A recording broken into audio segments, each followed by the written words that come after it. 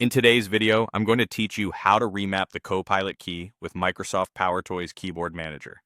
If your keyboard has a Copilot key that you don't use, or you'd rather use it as a powerful shortcut, this walkthrough will show you how to repurpose it with Microsoft PowerToys.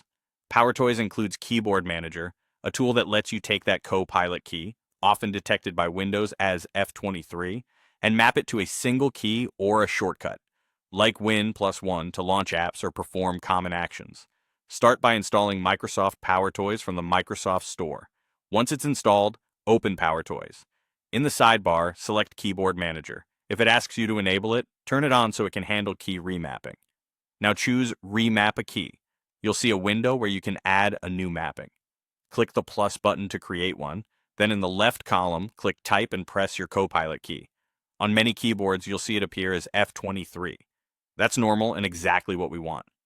Next, decide what you want the key to do. In the right column, you can either pick a single key from the drop-down, like F13 if you need a rarely used key for advanced workflows, or click Type again and press a shortcut you already use, such as Win+E to open File Explorer, or Win+1 to launch the first app pinned on your taskbar. This is a great way to turn the Copilot key into a one-press launcher for your most used apps. When you're happy with the choice, click OK to save. PowerToys will apply the change immediately.